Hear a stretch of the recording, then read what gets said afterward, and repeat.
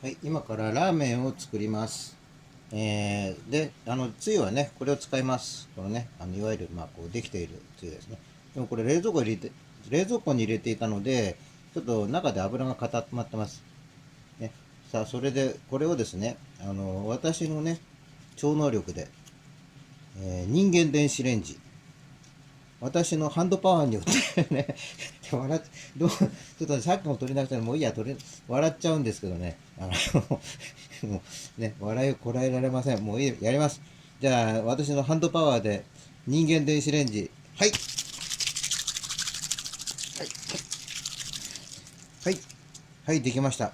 これで、中の、分子がですね、活発にね、摩擦し合って、柔らかくなりました。はい、以上、人間電子レンジでした。